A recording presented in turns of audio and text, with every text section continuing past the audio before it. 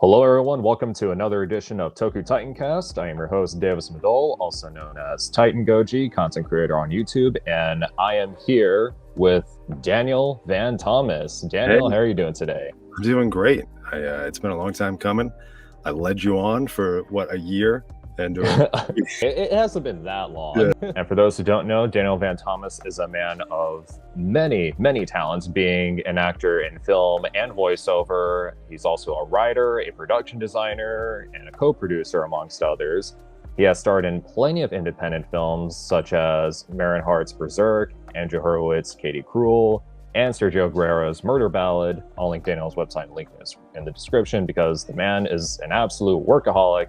Daniel's also been in TV productions like American Genius, Criminal Minds, and Bloody Thursday, commercials like Gerber, Chevron, and Living Spaces, but those who are watching or listening will very much know him for his voice work. Lately, Daniel has been part of audio dramas like The Rat King and Tower of Secrets, and has been featured in anime such as One Piece and Vinland Saga, but a lot of you may know him as the voice of Ultraman Zero across 5 feature films in the Ultra series, and Tokusatsu's Ultraman Day stream from 2021. And with that, we're almost out of time. I'm kidding. I thought that everybody was here for the Living Spaces commercial. You're here for the Ultraman stuff?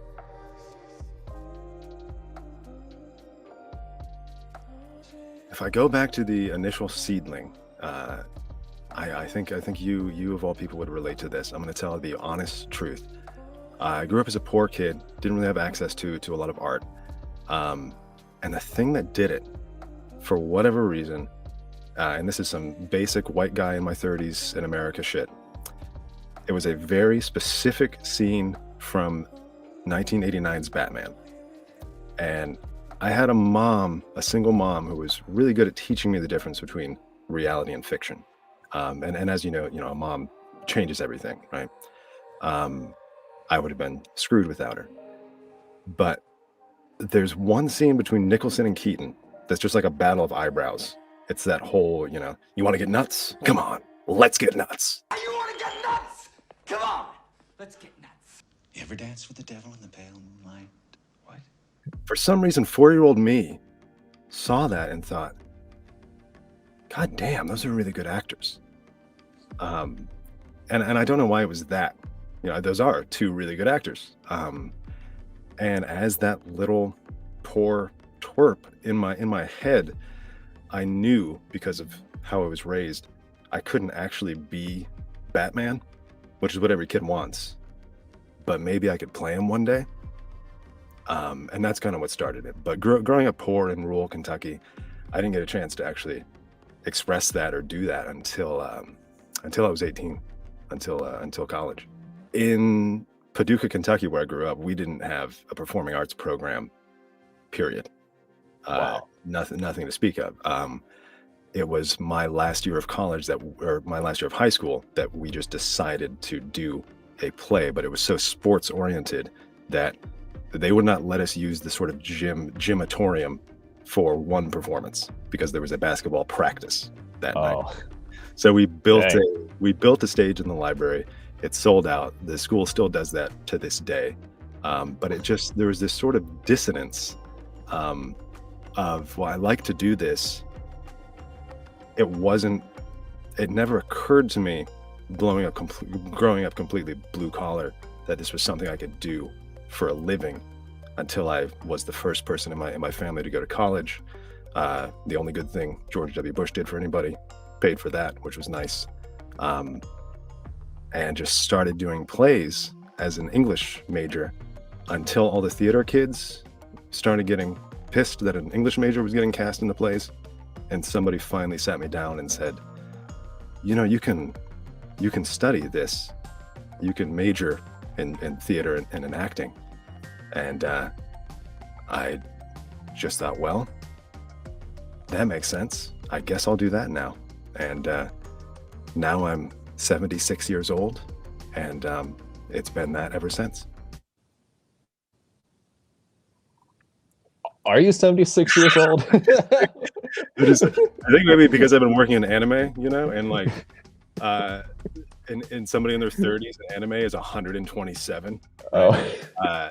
No, I'm just making a joke at my expense about being old.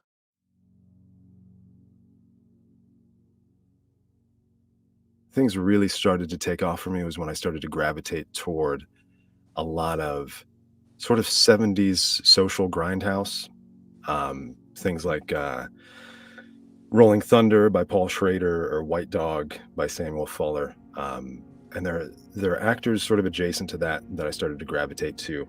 Um, Harry Dean Stanton is one of my absolute favorites. He's somebody who I would love to model a career after.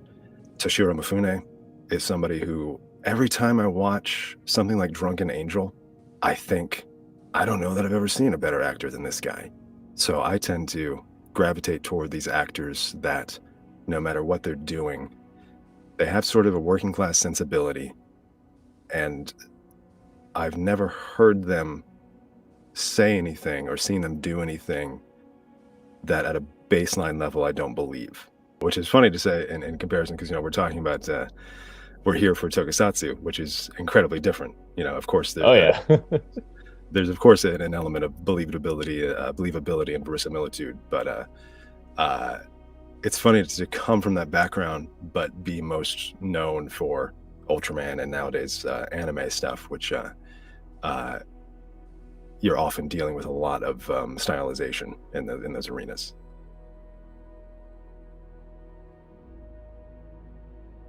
I have always described myself as a working class actor, which just means somebody who does this full time, somebody who doesn't come from privilege, um, and somebody who, as one of my favorite teachers, Bob Valentine, said, uh, you bring your lunch, pack a lunch, just like you would go into a construction site. Um, so yeah, the scale's gotten bigger. I'm still sort of the guy that just pops up on a TV show here and there, or a commercial or whatever. But sure, coming up, Lord, my first feature I think was a $30,000 feature film that was self-funded and somehow ended up getting sold to Sony. I'm not saying I would ever necessarily want to do a $30,000 film again, simply because you tend to wear every hat available, right? Like the director and I knew every single piece of wardrobe that every extra had, right? And 2 seconds before a take, you'd be looking and thinking like, wait a minute, I don't think that extra's boots are period accurate, and that's not that's not the best headspace to be in performance wise, but it's so fun and so fulfilling to do that. And one reason that I still prefer doing indie film, as much as people see online focusing on the more fun, fan-oriented stuff, indie film will always be my bread and butter. And nowadays, indie games, I think, are one of the most interesting media formats happening. And I think a lot of that is just because at a base level, everybody that's there cares. They're there because they want to be. So you have this wonderful community where everybody is sort of laser focused on the same canvas, and they're all there because they want it to be good. And it's a privilege, and it's virtually always fun to work on larger things too. And of course, people care on those as well. But you are dealing with folks that are, and I've been there too, a little bit more mercenary. They're there. This is the job they're on. They've got to pay the rent, and then they're moving on to the next, studio picture or whatnot, or the next episode of Criminal Minds, or that sort of thing. But doing indie, it's just it feels like the way films should be made, that on that smaller scale. They've ballooned quite a bit, and it feels so collaborative that I don't think I'll ever stop doing it. And of course, right now we're at an incredibly vital and interesting crux with the SAG strike. My hope is that those demands are met, because they're incredibly reasonable. Oh yeah. I mean, they're just like, I can't even say reasonable with a straight face. I don't remember the exact figure, but I mean, they're the percentage of studio profits that these people who make the content are asking for is something like, it's got a point and 3 or 4 zeros in front of it. It's grotesque. But that that's also putting a mirror up, which is, we know now, we've known this for a long time, but especially as you said, post 2020, and as we're rolling deeper and deeper into this sort of end stage capitalism, um, we know that these folks that are sitting at the top of corporations are not looking out for us. They're not looking out for art, right? They're looking out for not even the bottom line, just their bottom line, at the expense of Yeah. art, at the expense of you, at the expense of me, at the expense of the planet, right?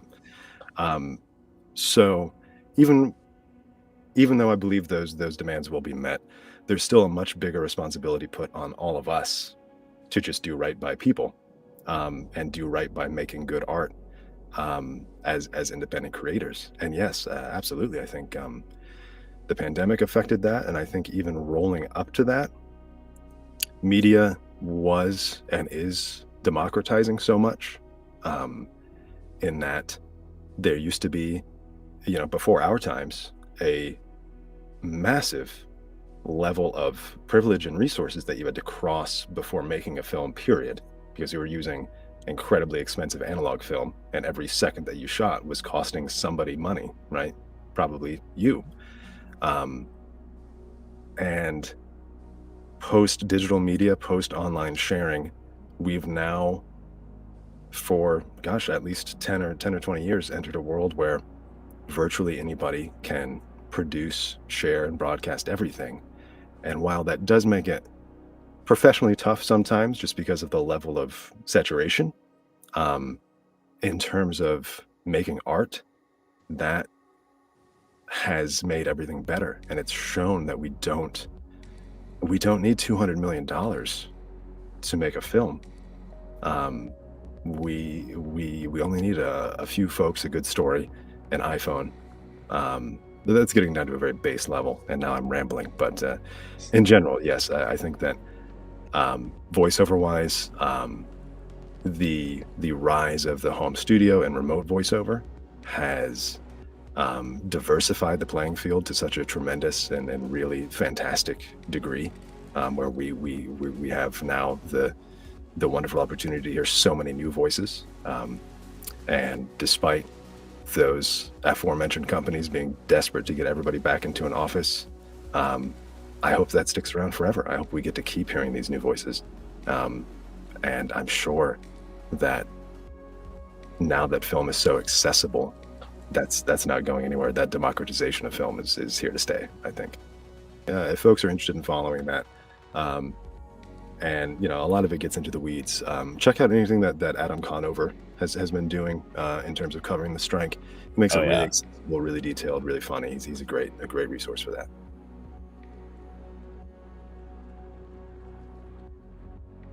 I think no matter what, whether it's all of that, on-camera stuff, or even voiceover stuff, the basics are the same. Um, just get your foundation down. Um, Good acting is good acting. I used to struggle a lot studying theater, in college, which I studied because we didn't have a film program, um, and I used to struggle a lot with folks talking about this big difference between film and theater. Which again, we did mention stylization, and that comes later. Um, but my thought was always like, well, as long as they can hear me back there, why should this be different, right? Um, those three mediums, especially film and TV, are incredibly blurred nowadays, um, and the experience there is going to be more determined by who you're working with than the format, which is something that you'll never be able to tie down. Sometimes you'll have just a ridiculous amount of prep time, um, and just to really get to waller in whatever you're doing. And sometimes you're booked the night before and you're there the next day, and figuring it out. Um, Commercial wise, that gets tough because frankly you're there, you're on a commercial to pay the rent. There aren't too many people that are excited to be, creatively excited to be doing commercials. But in terms of how you approach it, every single one of those mediums is about what, there's an Irish author and theater director named Declan Donnellan, who has a book called The Actor and the Target, which is kind of my yearly Bible. Across all of those mediums, everything you're doing should be about the target, which is the other person, even if that person is imaginary. So I suppose the difference is, in film or TV, you're probably lucky enough to have a target. Sometimes that target might be a tennis ball nowadays. But generally, you're lucky enough to have a person who you can look in the eye and you can attempt to affect, right? You can say, how do I want to make this target feel? You know,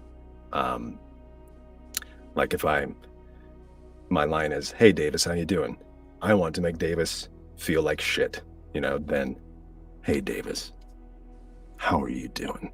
Right? Versus like, I want to make Davis feel comfortable. Hey, Davis, how you doing?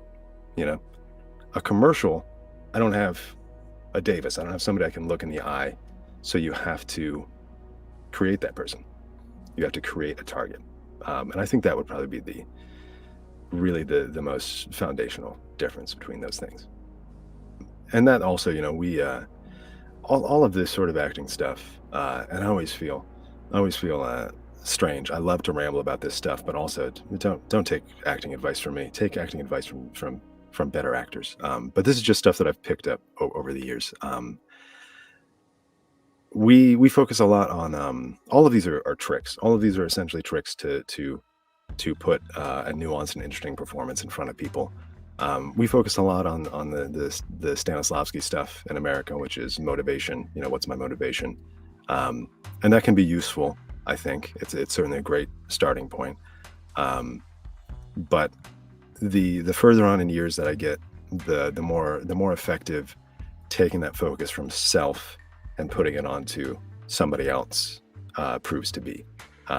Because it's very easy, especially when you're by yourself on a commercial, which nowadays you might be recording it just like how we're recording right now, or you might just be recording it without another person and sending it out into the wild.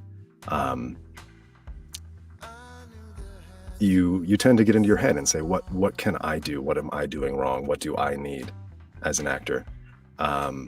Whereas it's often much more productive to think wholly about that other person and what you're trying to do to them, with them, how you're trying to make them feel, even if they are an imaginary.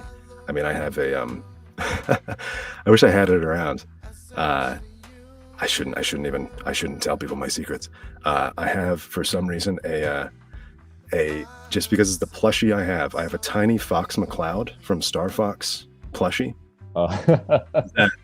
It's just the perfect size, so I can just kind of stick it anywhere, like hanging over my monitor. And if I need just something to look at, then that little Fox McCloud becomes whoever I need him to be, looking at his little beady plushy Nintendo 64 eyeballs.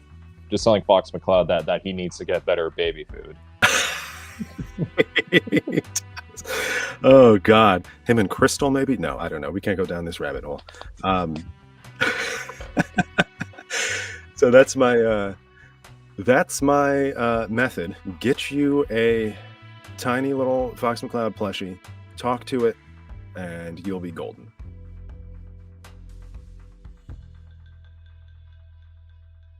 It was not an intentional process. It was, you know, I had moved to LA when I was, I think, right after college. Got there when I was 23 or 24. I had something like $400 to my name and a 1976 Plymouth Valiant that made it to Missouri, I think, before it died. So it was an immediate process of I have to work, which is really valuable. I think growing up without a lot of money helped that, because you have learned to not have a safety net. So just in the pursuit of work, every day I would wake up. Most days are still like this. Look at what are called the breakdowns, which are simply online services that say, here's what is casting, here's what we need. And I didn't really differentiate between whether I wanted film or voiceover work. That, to me, it's such a gift to be acting and making a living, that I would pursue both. I was focused more on film, but strangely enough, of all things, I believe my very first voiceover gig was the first Red Dead Redemption game. And I got that by finding the casting director's email address somewhere publicly on the internet, emailing her and saying, hey, I'm from Kentucky, so I can do the dialect you need. And I also actually know how to ride horses and shoot guns. Not that that matters. I just felt like it gave me some sort of street cred. And she basically said, okay, never do this again. But yeah, you can come in. That game just got re-released, by the way. So I play a guy named Bert Venter. You can go and tie me to your horse and drag me around, which all of my friends have demonstrated for me over the years. But it wasn't really that was a thing that I did. I would do the occasional video game. I did a few audiobooks, a few regrettable audiobooks, the occasional commercial here and there. There was a time in LA that I was doing a company producing audio scripts, which were simply for if somebody was trying to pitch or sell a script, they could pay this service to have actors read the script and then give sort of an audio production to producers. And it wasn't until probably 2019, 2020 that, despite having grown up consuming, media is my life. I love film, as we've talked about. I love video games. I love music. I love books. I love all media. I just started to become more interested in things such as video game and animation as works. As sort of the quality of mainstream film started to nosedive a little bit, I was seeing things that sparked my interest personally more in video games and in animation. And also, Ultraman was a part of that, because doing that job, again, just as a working class actor, seeing job, auditioning for job, getting job, I then became part of this really lovely community where, when you're doing indie film, oftentimes, or you're just, the guy that shows up in an episode of a show, I love that work, and that work sort of goes into a void. You do it, and it's out there, and your mom watches it, and half of it I haven't even seen, right? But games, animation, that sort of thing, you, on a day-to-day, come across people that are taking in those performances and telling you about them and appreciating them. And sure, that's good for your ego, but also, the reason we do any performance is for somebody, right? Is for somebody to take that in and have thoughts about it and experience it and like it or not like it, or be moved or be entertained, or be watching it in the background while they do the dishes, whatever. And in voiceover, you get that a lot more. You get to see your work out there in the wild and what people think about it, and that's really really fulfilling, and really heartening for an actor. So that sort of got me to a place where I was focusing intentionally on voice actor more so than I had been. And Ultraman was sort of the start of that, I would say.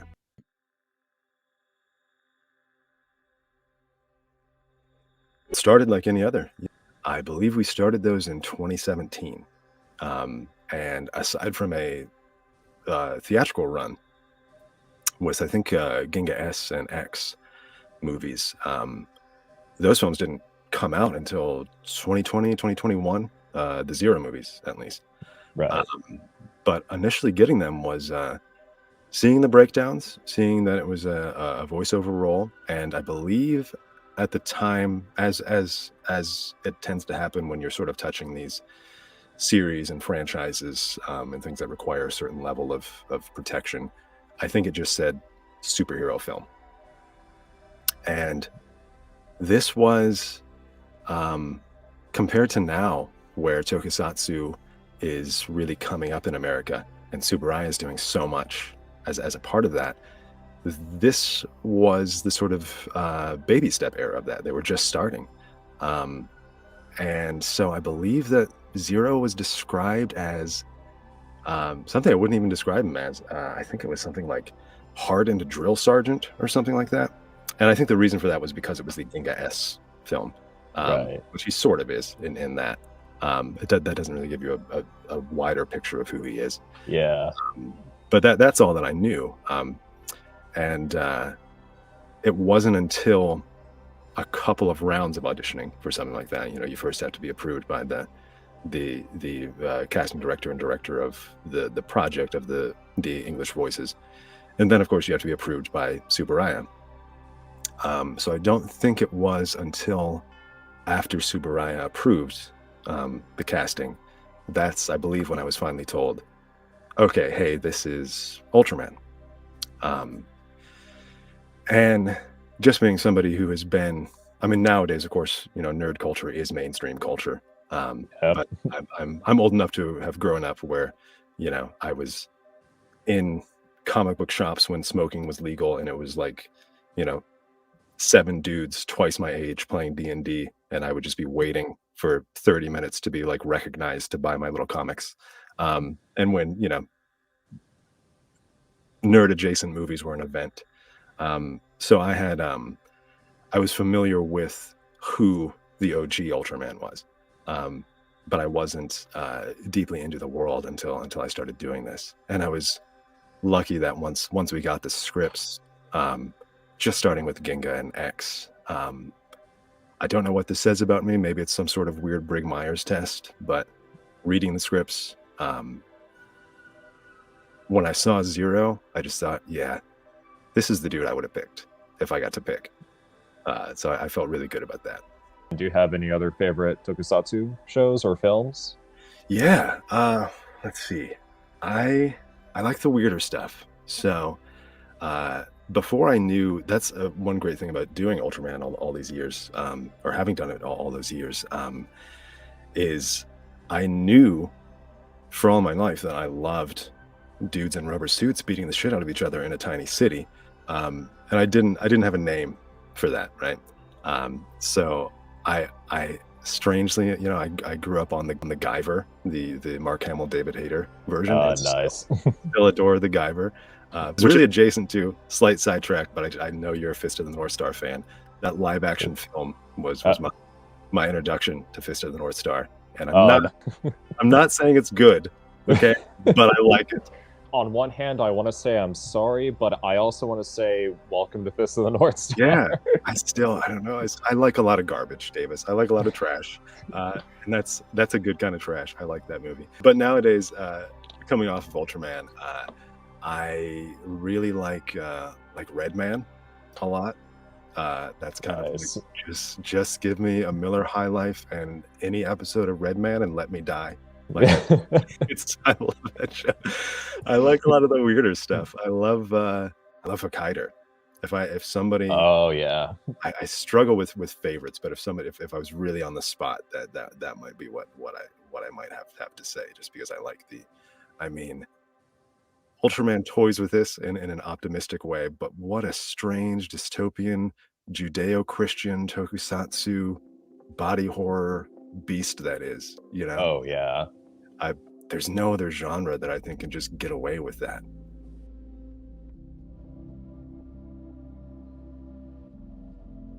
I don't think that I gave what I would call a good performance until I was 30, at least. There are acceptable performances and believable performances, but and I don't intend to make this Daniel's masterclass on acting or anything. There's not an endpoint for this thing. This is not math. There's no point in my life, even if I do get to be 76, there's no point in my life where I'm gonna say like, well, that's it, I've done it, I did the acting, right? I'm just this is it. Because whether you're playing a superhero who's taller than a building, or whether you're playing just a guy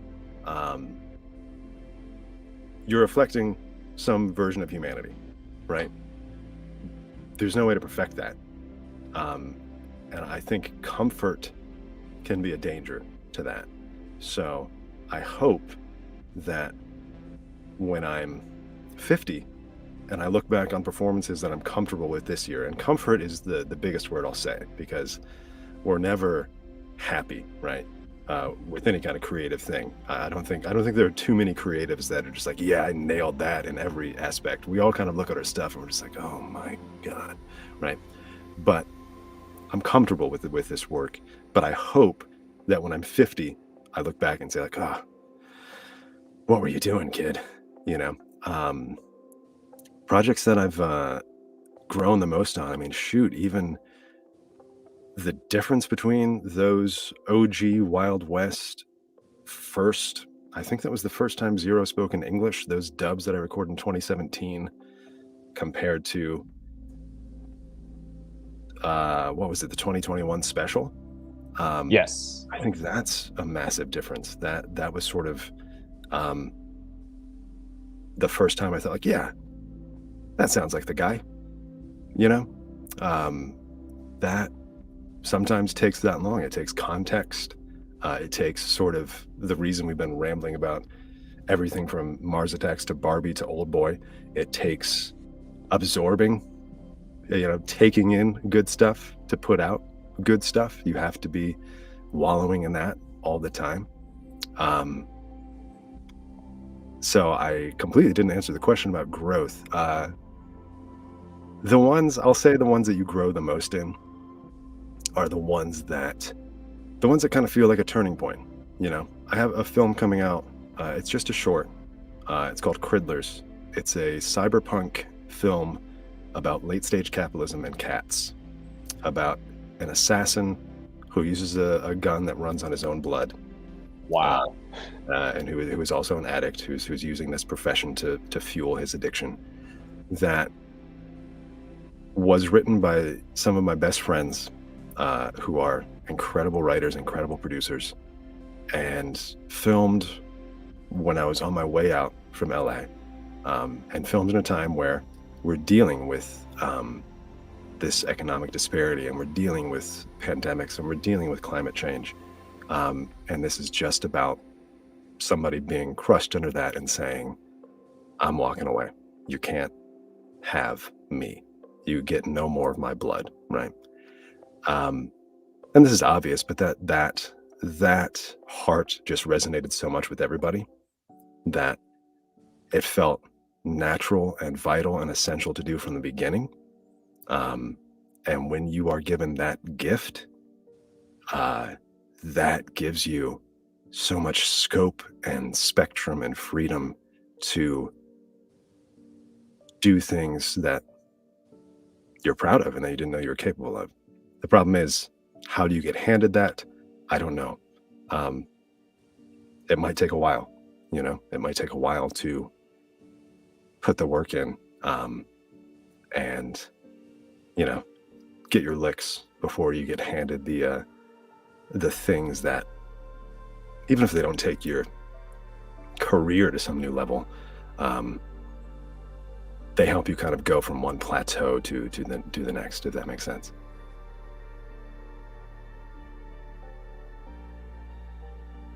For one, don't feel like you have to go anywhere else than where you are. Like we talked about a little earlier, we're living in a place where, I see a lot of folks say they're living in Indianapolis and like, well, I can't wait to move to LA. Sure, move to LA if you want to, but think about just making that stuff in Indianapolis, because folks there will be excited to do that work. And again, that work is more present everywhere, whether remotely or locally nowadays. Think about making it easy on yourself that way. But otherwise, I know folks watching this would probably be most interested in voiceover. But regardless, the most obvious advice I can give is, even if you are approaching all this stuff as a fan, which is great. Like, of course, it's wonderful to bring an interest and a passion that pre-exists to your work.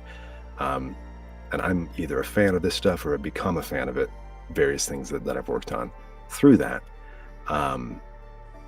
But more important than just saying, well, I'm going to be like my favorite actors, I'm going to watch these movies, I'm going to be like this anime character, I'm going to sound like this character. Just lay your foundation as a solid actor first. I would really recommend Michael Caine's book, Acting in Film.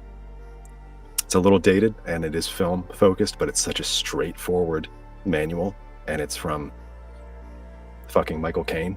Yeah, I mean, So you know that he knows what he's doing, right? yeah. It's a really straightforward, really accessible, really digestible, short, fun read. And if that starts to kind of spark your interest, move on to No Acting Please and The Actor and the Target. And come back to those every once in a while. This is something that I'm still that still affects me all the time. I've been doing this, for full time at least 15 years now. But you have to go back to the basics, because it's such a these competitive notions play into it. These notions of am I doing enough? Am I booking enough? Am I sustaining myself? Am I fulfilled? Did I put in the work in the studio that I wanted to put in?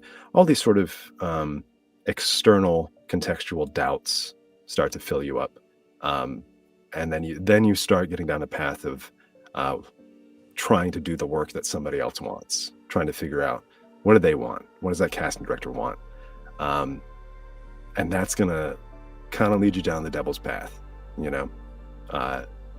Bring yourself back to just doing a solid performance, and things will come from that. Just start with your basics, lay your foundation as an actor.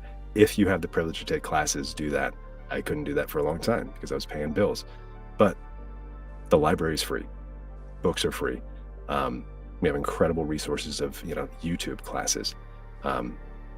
Just lay that foundation, and also be nice to people that you work with. Those two things are all that you need to start. How often do you get told that you have an amazing voice? Not too often, because I right now have the benefit of this lovely microphone that is close to my mouth, and that's how film is that way too. If you walked onto a film set, you would just be like, is this guy? Most people, because your mic is right here, we're talking so softly, and I naturally have a really soft and quiet voice, and I don't like to be loud. I never wanted to be, for whatever reason, I never want to be the person at the restaurant that everybody else can hear. If I'm talking on my phone, I'm just like doing this the whole time in public. So more so than you have a lovely voice, I get excuse me, what did you say? That's what I get much more often, which is strange, because then I go in the studio and I'm just I can't blow out my mic here in the interview, but then I'm in the studio the next day just like for 10 minutes.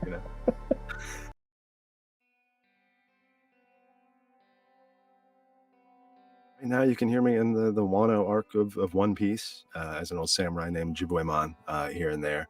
I believe the season is wrapping up. I appeared briefly in an anime called Heavenly Delusion, which I just, bias aside, became one of my favorite shows of the season.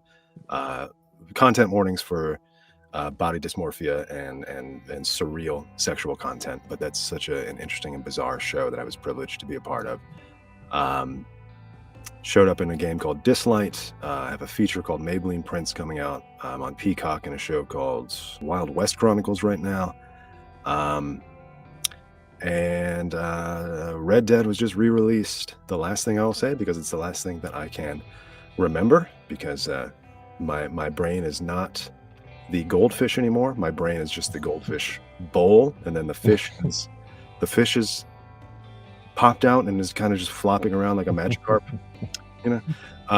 It's we were just talking about this beforehand, but I believe what is Dallas's first Tokusatsu and Kaiju convention, DamCon, is coming up on November 4th, and I will be there as a guest at the Four Corners Brewery, I believe, being Yep. presented by the Black Market Shop, and I will be there to say hello and hopefully not ramble as much as you have allowed me graciously to ramble today. But yeah, come on through. The tickets are free, and I'll be signing prints and taking pictures and hopefully just meeting some of these. God, I mean, no community is cooler, nicer, more creative than the Ultraman community. So it'll be such a joy to see some of that in person. And all right, that'll just about do it for this new episode of TokuTitanCast. Thank you, everyone, for watching, and thank you, Daniel, for taking time out of your constantly busy schedule. Just making enough space for an hour just to shoot the shit and all. Yeah, I loved it. Thank you for having me and listening. Of course. And also want to give a huge shout out to my channel members. And if you like what you see, feel free to support the channel on Patreon. And that'll do it. Take care, everyone. Take care.